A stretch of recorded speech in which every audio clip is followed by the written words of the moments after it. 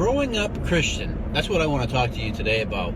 Now, I will put out a disclaimer right at the very beginning. I acknowledge or I recognize that my experience within Christianity may or may not be representative of someone else's. You may have grown up Christian, you may not have. If you did, you may have had similar experiences. Or maybe you didn't grow up in, say, fundamentalist Christianity like I did, and so maybe you have what we used to consider to be a watered down Christian experience, where, say, you weren't on fire for the Lord, or you just didn't have a strict interpretation of biblical teachings. So anyways, let's get into it. So as I grew up, like I was alluding to in the intro here, that I had parents that believed, and my parents weren't together. I've always known that they were, divorced, separated long before I could even really be aware of that, but grew up. And so when I'll start with my mother. When I was living with her, because much of my younger years I did, probably till birth until 10, I didn't really see much of my dad. My mother would have been considered a liberal Christian in the sense that she wasn't so legalistic. And she, throughout the course of her life, didn't really have, like I said, that legalistic view of things. She wasn't really so much fundamentalist.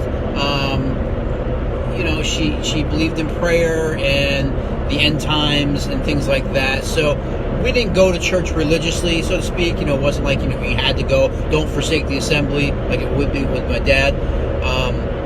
And so it was more. I don't want to say it was a more freeing experience, but it wasn't so dogmatic. I guess it wasn't too bad. And so it wasn't until around 10 when I moved to live with my dad.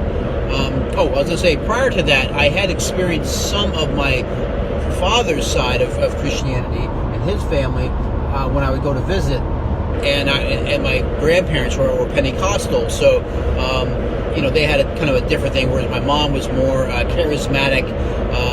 She believed in a lot of those, they didn't have Calvary chapels at the time, but it was Maranatha. It was all from like the West Coast stuff, more of the, like I say, charismatic type churches. So, but her background was a little bit Baptist as well, so as was my dad. So now going back to my dad, once I moved with my dad, it was very interesting to say the least. We always had to go to Bible studies on Wednesdays. We never missed the church service on Sunday, and it was just like, man, there was times when like you would want to be able to just sleep in, or not go to church that Sunday. And it was like that was the thing. And another thing I remember from my dad's side was that it was like you had to wear your Sunday best, like you were going to impress the other Christians. Like God really cared what you wore to church. It was always in your heart.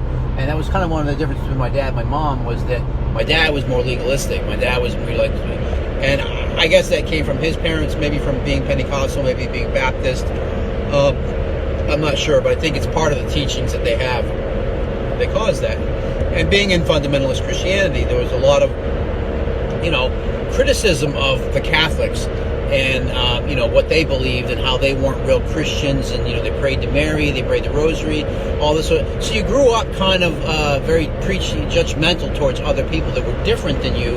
And even within Christianity, if somebody wasn't on fire for the Lord, if they weren't in the Word, if they weren't this, if the church didn't preach the Word, it was like, oh, they're not a very, so you saw early on, like, well, doesn't God just care about a clean heart? Doesn't He just? So you began to see the hypocrisy and the backbiting and the division within the church early on. Now, again, that was just my experience, and not everybody maybe has that same experience. Maybe you did, maybe you didn't. Maybe you didn't grow up with Christianity at all and didn't grow up in the church, didn't go to Sunday school. And what a great experience in the sense I think that would be, because for me, I feel it set me up for failure as a young adult, going up with these beliefs and thinking, okay, yeah, the world works this way, when it really doesn't. But it was definitely hard living with my dad. Became a teenager, and there was things, worldly things, secular things, music that I became interested in, and of course that was all of the devil, and you couldn't listen to certain kinds of music, and it was very repressive, and I don't think it was helpful at all. It really drove a wedge between me and my parent, and also, turned me off to Christianity. Like, it was like, what's so bad about this? And of course, the more they would say, oh, the whole, backmasking, you play the record back, or, music, you'd hear subliminal or satanic messages, it's all bullshit. But whatever, this is what people in the 80s believed, Christians. And so it was just that kind of thing, and like, be careful. And then there was the whole trial with Ozzy Osbourne, and a kid had killed himself because he was listening to a song. It's like trying to take the onus off the kid, that the kid probably had some problems to begin with, or video games or violent. It was just, everything was taboo. You couldn't watch certain Disney movies that were like, they were about the occult, or they were, about sorcery or something like that. Everything was just, no Dungeons and Dragons. It was just really like ridiculous. And so it as a child growing up, I think it breeds resentment. And so you say later in life, maybe that's why I'm where I'm at. Well, no, I'm where I'm at today through an assessment of, hey, gee, is the Gospels, are they historically accurate? Do we really have a good record of the historical Jesus? It's those kind of really good questions, not out of like, I'm angry at God about, how some injustice has occurred in my life. I mean, first of all, you'd have to believe that there was a God, and for that to make sense. And even if you did, that seems kind of, I guess you could be angry that God, caused some bad, awful thing to happen in your life. But given the place I'm at now, that seems kind of silly, wouldn't it? That if you don't believe in God, then you get no one to be mad at. So anyways, that's kind of a short narrative, a synopsis of my upbringing. Going to Sunday school a lot, and just hearing all the Old Testament stories about Moses and this and that, and the ark, and Noah and the flood, and all these very cutesy stories and things that you're just like, wow. I'm like, okay, we don't see any evidence of this in the real world, but okay, I guess this happened thousands of years ago. Anyways, so what do I make of all that?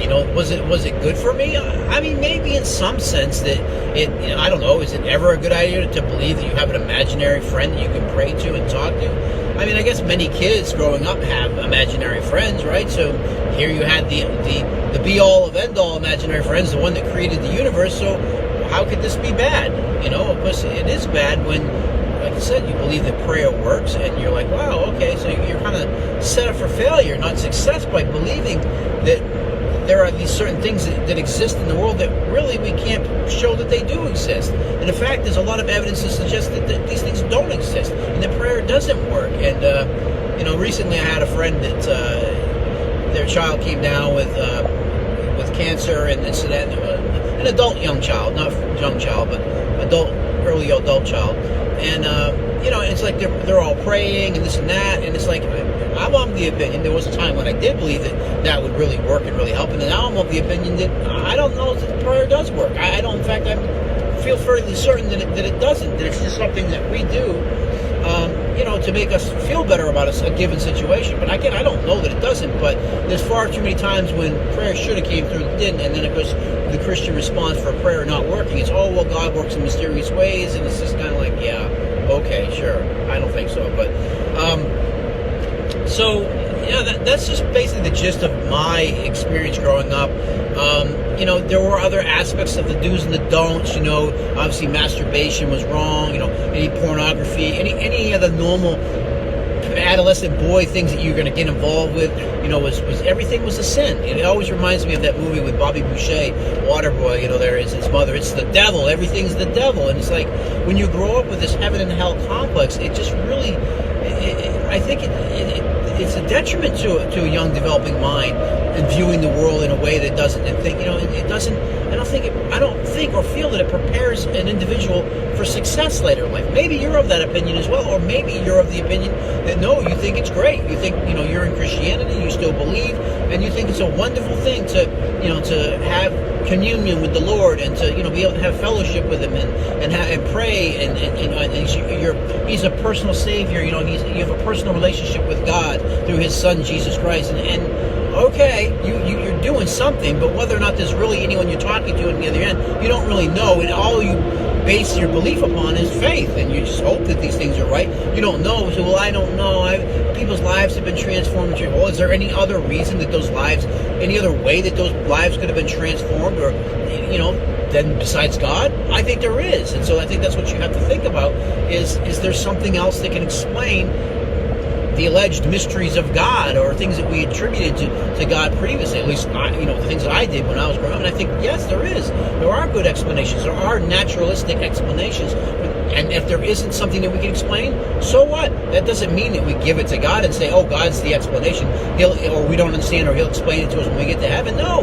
We just say science, or we just haven't figured it out yet. So, anyhow, that's my background. That's kind of where I come from.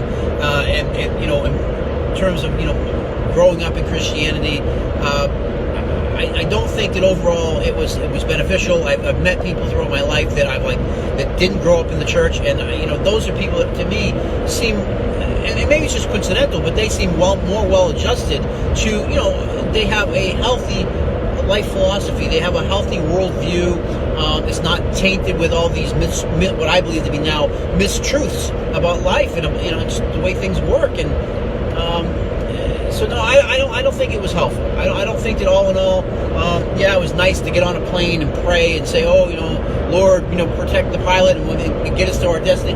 But that's all just, peace of mind, psychological mumble jumble. It's not that anyone was really had their hand on it, because there were too many other times where planes crashed and things happened, and it's like, well, those people could have used a miracle.